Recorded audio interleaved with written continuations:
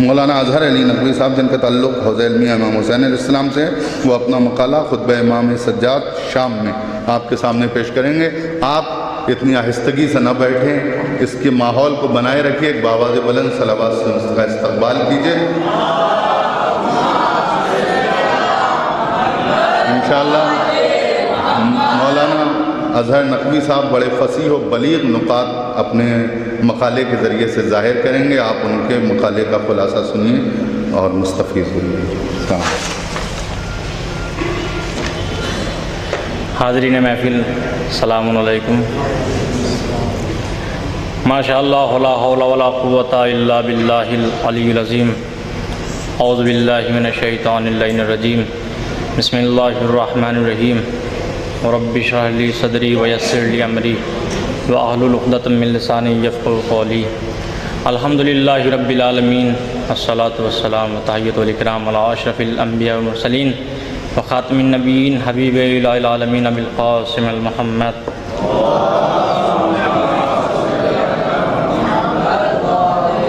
اما بعد فقد قال امام علی بن الحسین علیہ الصلاۃ والسلام، بسم اللہ الرحمن الرحیم۔ ایھا الناس اوتینا ستن وفضلنا بسبعین، اوتینا العلم والحلم والسماحۃ والفصاحۃ والشجاعۃ والمحبۃ فی قلوب المؤمنین۔ حضرات، وقت کی قلت کو مد نظر رکھتے ہوئے چند گزارشات اور مقالے خلاصہ آپ کی خدمت عالیہ میں بیان کروں گا۔ حضرت امام سجاد علیہ الصلاۃ والسلام کے خطبات یوں تو تاریخ میں بہت سے ملتے ہیں، لیکن آپ کے 1400 سالہ جشن ولادت کے پرمسرت موقع پر آپ کے اس عظیم الشان خطبے کو سپرد کرتاز کرنا چاہتا ہوں جو آپ نے مسجد بنو امیہ میں ارشاد فرمایا اور لوگوں کو ایک لمحے میں اپنا طرفدار بنا لیا۔ یہ فقرات امام سجاد نے ایسے پرآشوب ماحول میں ارشاد فرمائے جب تماشائیوں کا ہجوم تھا، بنی امیہ کے ٹکڑوں پر پلنے والا ہر شخص خاندان عصمت و طہارت کا مذاق اڑا رہا تھا۔ شام کی اموی مسجد لوگوں کے اجتماع سے چھلک رہی تھی۔ امام کو مسجد میں لایا گیا تاکہ آپ پر یزید کا روب طاری ہو۔ یزید نے اپنے درباری خطیب کو حکم دیا کہ ممبر پر جا کر علی اور اولاد علی کی بدگوئی کرے اور ان کی شان اقدس میں توہین آمیز کلمات کہے۔ حکم پاتے ہی درباری خطیب ممبر پر گیا اور جو منہ میں آیا بولتا گیا، اور امام سجاد علیہ السلام کے سامنے آپ کے جد امجد حضرت علی علیہ السلام اور آپ کے پدر بزرگوار حضرت امام حسین علیہ السلام کے خلاف ہر جگوئی کرتا رہا۔ اس نے خاندان عصمت کی تنقید و تذلیل میں کوئی کسر نہ چھوڑی، لیکن ستم ظریف یہ زمانہ دیکھیے کہ درباری خطیب ممبر رسول پر بیٹھ کر خاندان رسول کی توہین کرتا رہا، مگر معاویہ یزید کی توصیف و تعریف میں نہایت مبالغہ آمیزی سے کام لیتا رہا، یہاں تک کہ دنیا کا کوئی کمال نہ ہوگا جو اس نے خاندان بنو امیہ کے لیے بیان نہ کیا ہو۔ درباری خطیب اپنی نوکری کا حق ادا کرنے میں پوری طرح مشغول تھا کہ شیر خدا کے پوتے نے دشمنوں سے بھرے بازار میں توق و زنجیر کو سنبھال کر ایک لڑائی لی اور گرجدار آواز میں ارشاد فرمایا، وَيْلَكَ أَيُّهَا الْخَطِيبُ اشْتَرَيْتَ مَرْضَاتِ الْمَخْلُوقِ بِسَخَطِ الْخَالِقِ فَتَبَوَّأَ مَقْعَدَكَ مِنَ النَّارِ۔ اے خطیب، افسوس ہے کہ تو نے خالق کو ناراض کر کے مخلوق کی خوشنودی کو خرید لیا، یاد رکھ تو نے اپنا ٹھکانہ جہنم بنایا۔ پھر آپ ارشاد فرماتے ہیں، یزید ملعون کی طرف رخ کیا آپ نے اور ارشاد فرمایا، اے یزید، کیا مجھے اجازت ہے کہ ممبر پر جا کر ایسی گفتگو کروں جس میں خوشنودی خدا ہو اور حاضرین کے لیے باعث ثواب اور موجب اجر عظیم ہو؟ یزید نے امام علی مقام کی اس پیشکش کو رد کر دیا، لیکن حاضرین نے شدید مطالبہ کیا اور کہا، اے یزید، اس قیدی کو ممبر پر جانے کی اجازت دے، شاید ہم اس سے کچھ فائدہ مند گفتگو سن سکیں۔ یزید نے کہا، ان سادہ لم ینزل اللہ بفضیحتی و فضیحت آل ابی سفیان، اگر یہ ممبر پر چلے گئے تو یاد رکھو اس وقت ہم ممبر سے نیچے نہ اتریں گے جب تک خاندان ابو سفیان کی رسوائی نہ کر دیں۔ ایک شخص نے کہا، اے حاکم وقت، یہ بیمار اور غم خوردہ شخص ہے، جو کچھ بھی کہے گا کوئی خاص اہمیت کا حامل نہ ہوگا، اسے اجازت دے دے۔ یزید نے کہا، انہو من اہل بیت قد زقت العلم زقا، یہ شخص اس خاندان کا پروردہ ہے جو راسخون فی العلم ہیں، جو کل کتاب کا علم رکھتے ہیں۔ علم انہیں اس طرح بھرایا گیا جس طرح پرندہ اپنے بچے نازنین کو دانہ بھراتا ہے۔ لوگ بار بار یزید سے تقاضا کر رہے تھے کہ اس نحیف قیدی کو اجازت دے۔ یزید مجبور ہو گیا اور نہ چاہتے ہوئے بھی اجازت دے دی۔ امام عالی مقام فراز ممبر پر اس شان سے تشریف لے گئے جیسے کوئی فاتح میدان کارزار سے مجدہ فتح لے کر آ رہا ہو۔ آپ نے حمد و ثناء الہی بجا لانے کے بعد فرمایا، ایھا الناس اوتینا ستن وفضلنا بسبعین، اوتینا العلم والحلم والسماحۃ والفصاحۃ والشجاعۃ والمحبۃ فی قلوب المؤمنین۔ اے لوگو، پروردگار عالم نے ہمارے خاندان عصمت معاب کو 6 چیزوں سے نوازا ہے اور 7 چیزوں کے ذریعے سے ہمیں دوسروں پر فضیلت و برتری بخشی ہے۔ حضرت نے ایھا الناس سے خطاب کیا۔ آپ قرآن کی آیتیں پڑھیں، قرآن میں مختلف خطاب ملتے ہیں۔ ایھا الناس ایک خطاب، یا ایھا الذین آمنوا دوسرا خطاب، گویا الگ الگ خطاب ملتے ہیں۔ مفسرین ان خطابات کے معنی بیان کرتے ہوئے فرماتے ہیں، جب قرآن یہ کہے ایھا الناس تو سمجھ لو کہ معتبر لوگوں کو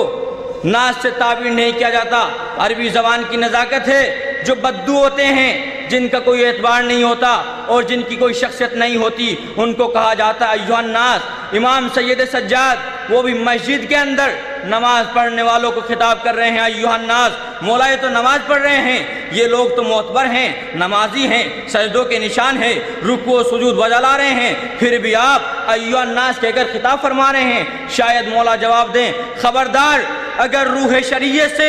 دور ہو کر نماز پڑھی جائے تو انہیں مسجد کے اندر ایھا الناس سے ہی پکارا جاتا ہے۔ غور فرمایا، حضرت نے ارشاد فرمایا، اوتینا العلم، ہمیں علم عطا کیا گیا۔ ہم کسی مکتب میں جا کر نہیں پڑھے۔ جو علم مکتب میں جا کر پڑھا جاتا ہے وہ الفاظ کا محتاج ہوتا ہے، حروف اس کا حجاب ہیں، علم اس میں چھپا ہوتا ہے، لیکن مکتب الہی میں حقائق کو دیکھا جاتا ہے۔ جو شاگرد مکتب الہی کا پروردہ ہوتا ہے وہ الفاظ کا محتاج نہیں ہوتا، بلکہ وہاں حقیقتیں دکھائی جاتی ہیں اور حقیقتیں سامنے نہیں آتی، کیونکہ سامنا وہاں ہوتا ہے جہاں دویت ہو، حقائق کو وجود میں ڈھالا جاتا ہے۔ تبھی کہتے ہیں کہ انسان کامل کو پھیلا دیں تو پوری ہستی بنتی ہے، اور اگر ہستی کو سمیٹ دے تو انسان کامل بنتا ہے۔ یہ علم لدنی رکھتے ہیں، ایسا ہے کہ اگر وجود میں آ جائے تو علم ما کان بھی ہے، علم ما یکون بھی ہے، علم ما کائن بھی ہے، علم ما لم یکن بھی ہے۔ یہ 4 طریقے کا علم ہے، یعنی جو ہو چکا اس کا بھی علم، جو ہو رہا ہے اس کا بھی علم، جو کل ہوگا اس کا بھی علم، اور جو کل نہیں ہوگا اس کا بھی علم۔ حضرت پھر ارشاد فرماتے ہیں، اوتینا العلم، ہمیں علم کے ذریعے سے، ہمیں اللہ نے علم کے ذریعے سے فضیلت و برتری بخشی ہے، ہمیں علم عطا کیا ہے، علم جانتے ہیں۔ غور کیجئے، ابن ملجم نے جب حضرت علی علیہ السلام کو شمشیر لگائی اور فرار ہو گیا، لوگ پکڑ کر لائے تو حضرت نے فرمایا، اس کی زنجیریں کھول دو، کیونکہ یہ اپنی غلامی سے گر سکتا ہے، ہم اپنی مولائیت سے نہیں گر سکتے۔ پھر آپ نے ارشاد فرمایا، اوتینا الشجاعۃ، اللہ نے ہمیں شجاعت دی۔ حضرت نے یہ نہیں فرمایا اللہ نے ہمیں شجاع بنایا، بلکہ ارشاد فرمایا شجاعت عطا کی، کیونکہ جو شجاع ہوتے ہیں وہ کبھی ڈر بھی سکتے ہیں، لیکن اہل بیت شجاع نہیں، عین شجاعت ہیں، اور شجاعت میں خوف نہیں ہوتا۔ تبھی تو سید سجاد نے ارشاد فرمایا، پوری دنیا مقابلے میں آ جائے، میں رہوں اور میرے ساتھ قرآن ہے، تب بھی خوف نہیں کھا سکتا۔ اس کے بعد حضرت ارشاد فرماتے ہیں، اوتینا المحبۃ فی قلوب المؤمنین، اللہ نے مومنین کے دلوں میں ہماری محبت و مودت کو قرار دیا۔ مولا نے قلوب الناس نہیں فرمایا بلکہ قلوب المؤمنین کہا، یعنی مومنین کے دلوں میں ہماری محبت کو رکھا۔ معلوم ہوا مومن وہی ہے جس کے دل میں اہل بیت کی محبت ہے۔ پھر ارشاد فرمایا آپ نے، وفضلنا بسبعین، اللہ نے ہمیں 7 چیزوں کے ذریعے سے فضیلت بخشی۔ بأننا منا النبی المختار محمد صلی اللہ علیہ وآلہ وسلم،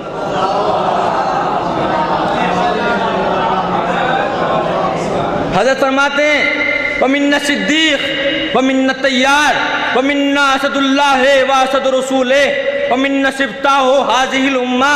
من عرفنی فقد عرفنی ومن لم یعرفنی انباتہ بحسبی ونسبی۔ اللہ نے ہمیں 7 چیزوں کے ذریعے سے فضیلت عطا کی۔ نبی مختار ہمارے خاندان سے ہیں، صدیق اکبر علی ہمارے خاندان سے ہیں، جعفر طیار ہمارے خاندان سے ہیں، شیر خدا اور اس کے رسول کا شیر خدا اور خدا کے رسول کا شیر ہمارے خاندان سے ہیں۔ اس امت میں محمد کے نواسے حسن و حسین ہمارے خاندان سے ہیں۔ اے لوگو، تم میں سے جو مجھے جانتا ہے سو وہ جانتا ہے، جو نہیں جانتا اسے میں اپنے حسب و نسب کی خبر دیتا ہوں۔ اس کے بعد آپ نے ارشاد فرمایا، ایھا الناس انا ابن مکہ و منا، انا ابن زمزم و صفا، انا ابن مل حمل رکن باطراف الردا، انا ابن خیر منی تدرا ورتدا، انا ابن خیر من تعالی واحتفا، انا ابن خیر من طافا وسعا، انا ابن خیر من حجا ولبا، انا ابن من اسرا به الى المسجد الاقصى، انا ابن من بلغ به الى سدرۃ المنتہى، انا ابن من دنا فتدلى فكان قاب قوسين او ادنى، انا ابن من صلى بملائکۃ السماء، انا ابن من اوحى الجلیل الیہ ما اوحى، انا ابن محمد المصطفیٰ۔ اے لوگو، میں مکہ اور مینا کا فرزند ہوں، میں زمزم اور صفا کا بیٹا ہوں، میں اس کا فرزند ہوں جس نے حجر اسود کو اپنی عبا میں ڈال کر اس جگہ پر رکھا، اس کی جگہ پر رکھا۔ میں اس بہترین انسان کا بیٹا ہوں جس نے پا برہنہ طواف کعبہ کیا، میں اس ہستی کا بیٹا ہوں جس نے صفا و مروہ کے درمیان سعی کی، میں اس عظیم شخصیت کا بیٹا ہوں جس نے کما حقہ مناسک حج ادا کیے، میں اس کا بیٹا ہوں جسے مکے سے لے کر مسجد اقصیٰ تک سیر کرائی گئی، میں اس شخصیت کا بیٹا ہوں جسے شب معراج سدرۃ المنتہیٰ تک پہنچایا گیا، میں اس کا بیٹا ہوں جو خدا کے اس قدر نزدیک ہوا کہ 2 کمانوں یا اس سے بھی کم فاصلہ رہ گیا، میں اس ہستی کا بیٹا ہوں جس کی اقتدا میں آسمانوں کے فرشتوں نے نماز پڑھی، میں اس عظیم انسان کا فرزند ہوں کہ جس پر خدا نے وحی کی، میں محمد مصطفیٰ کا بیٹا ہوں۔ پھر حضرت فرماتے ہیں، انا ابن علی المرتضیٰ، انا ابن من ضرب خراتم الخلق حتی قالوا لا الہ الا اللہ، انا ابن من ضرب بین ید رسول اللہ بسیفین وطعنا برمحین وحاجر الہجرتین وبایع البیعتین وقاتل ببدر وحنین ولم یکفر باللہ طرفۃ عین، انا ابن صالح المؤمنین ووارث النبیین وقامح الملحدین ویاسب المسلمین ونور المجاہدین وزین العابدین وتاج البکائین واصبر الصابرین وافضل القائمین من آل یاسین رسول رب العالمین وقاتل المارقین والناکسین والقاسطین والمجاہد آداؤہ الناصبین وافخروا من مشى من قریش اجمعین۔ حضرت فرماتے ہیں، میں علی مرتضیٰ کا بیٹا ہوں، میں اس مرد میدہ کا بیٹا ہوں جس نے مشرکین کو قتل کیا اور انہیں کہنا پڑا کہ خدا کے علاوہ کوئی معبود حقیقی نہیں، میں اس کا بیٹا ہوں جس نے رسول اکرم کے آگے آگے دشمنان اسلام کے ساتھ تلوار اور نیزے سے جنگ کی اور 2 مرتبہ اسلام کی خاطر ہجرت کی، بدر و حنین میں دشمنوں کے ساتھ نبرد آزما ہوئے، نیز ایک لمحے کے لیے بھی حکم رسول سے سرتابی نہیں کی، میں اس کا بیٹا ہوں جو مومنین کا مولا، پیغمبروں کا وارث، ملحدوں کو نابود کرنے والا، مسلمانوں کا رہنما، مجاہدوں کی آنکھوں کی روشنی اور خدا کی عبادت کرنے والوں کی زینت ہے، میں اس کا بیٹا ہوں جو دربار خداوندی میں آنسو بہانے والا اور استقامت دکھانے والا ہے، آل یاسین سے ان لوگوں کے ساتھ جہاد کرنے والا اور قیام کرنے والا جنہوں نے دین اسلام سے خارج ہونے والوں کے ساتھ جنگیں کی، باغی و طاغی اور بیعت توڑنے والوں سے برسر پیکار ہونے والا ہے، میں اس کا فرزند ہوں جو قریش کا سید و سردار جس نے توحید الہی اور نبوت و رسالت کی سب سے پہلے تصدیق کی، جو سرکشوں کو سرنگو کرنے والا، مشرکین کو نابود کرنے والا، جو امر الہی کا ولی، حکمت الہی کا حامل اور علم خدا کا فخر ہے۔ میرا باپ وہ عظیم انسان تھا جو جوان مرد، مہربان، زیبا، ہوشمند، پاک تینت، حجاز کی سرزمین پر رضا الہی کے ذریعے اونچی ہمت والا، انسان صابر، تہذیب یافتہ، خدا کی عبادت کرنے والا، مشرکین کی پشتوں کا قلعہ کما کرنے والا، کفر کی جماعت اور لشکروں کو پراکندہ کرنے والا، صاحب جرت، میدان سے لوگوں کو دوڑانے والا، جنگ میں سب سے آگے رہنے والا، حجاز کا شیر دل، عراق کا آزمودہ سوار، مکہ و مدینہ کا سردار، بدر و احد کا بہادر، عرب کا بے مثل آقا، مشہور و عرفات کا وارث، رسول کے دو عظیم نواسوں حسن و حسین کے پدر بزرگوار، کائنات کے عظیم امام، مولا اور آقا میرے جد نامدار علی ابن ابی طالب ہیں۔ حضرت جب اپنے نانا حضرت محمد مصطفیٰ صلی اللہ علیہ وآلہ وسلم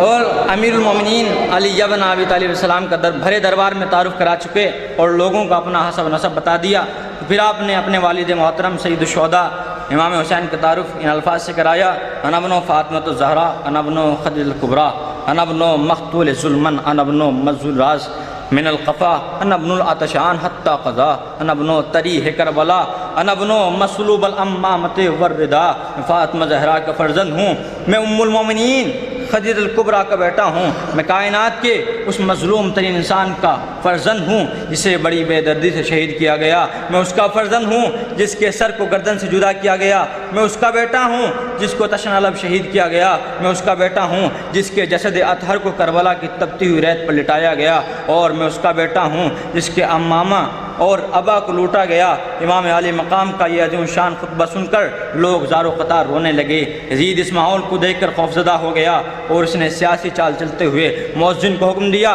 کہ وہ اذان دے۔ درباری مؤذن نے کہا اللہ اکبر، امام نے فرمایا اللہ اکبر علی کل شیء، مؤذن نے کہا اشہد ان لا الہ الا اللہ، امام نے فرمایا شہیدہ بہا شعری و بشری و لحمی و دمی، میرا گوشت پوشت بال اور خون خدا کی وحدانیت کی گواہی دیتا ہے۔ مؤذن نے کہا